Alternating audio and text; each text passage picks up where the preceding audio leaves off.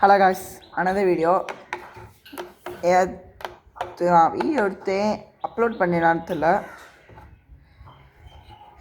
எனக்கு இன்னைக்கு சண்டே, நேற்று சாட்டர்டே லீவு. ஆனால் டியூஷன் இருந்தது, அதனால தான் அப்லோட் பண்ண டைம் இல்லாமல், எடிட்டிங் பண்ண டைம் இல்லாமல் இருந்தேன்.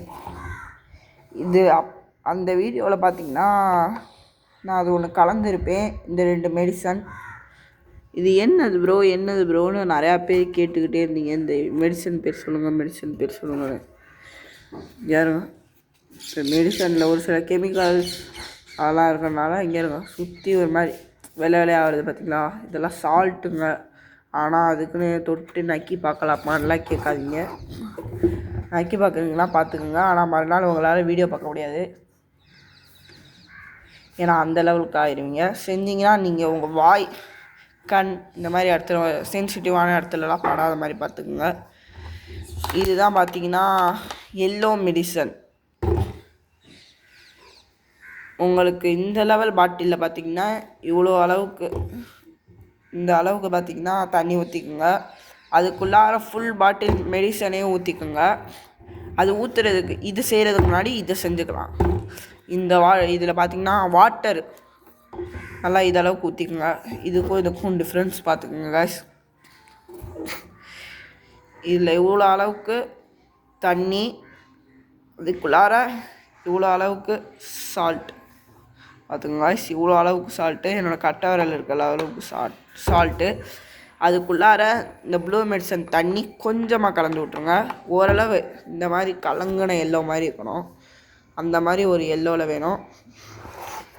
அவ்வளோ காய்ஸ். இதில் கொஞ்சோண்டு சால்ட் ஆட் பண்ணிக்கோங்க. கொஞ்சோண்டு சால்ட் ஆட் பண்ணிக்கிட்டால் கொஞ்சம் நல்லது. இது ரெண்டத்தையும் ஈக்குவலான அளவில் நம்ம டேங்க்குகளாக ஊற்றணும்.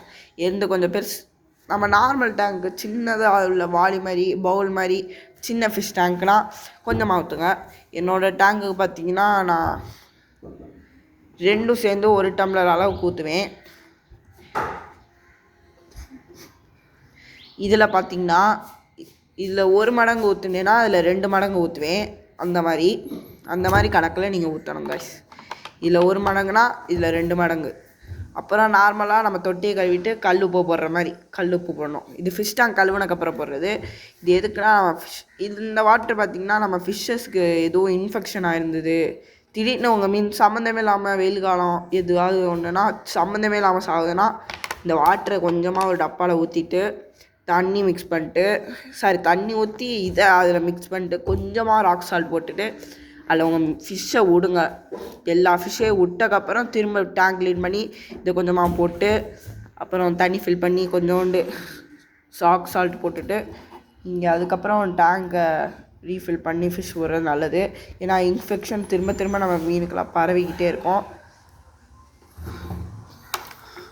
சரி, ஓகே காய்ஸ், அடுத்த வீடியோவில் பார்க்கலாம். Bye guys. மறக்காமல் நம்ம சேனலை லைக் பண்ணுங்கள், கமெண்ட் பண்ணுங்கள், ஷேர் பண்ணுங்கள், கூட நம்ம சேனலை சப்ஸ்கிரைப் பண்ணுங்கள். Bye guys.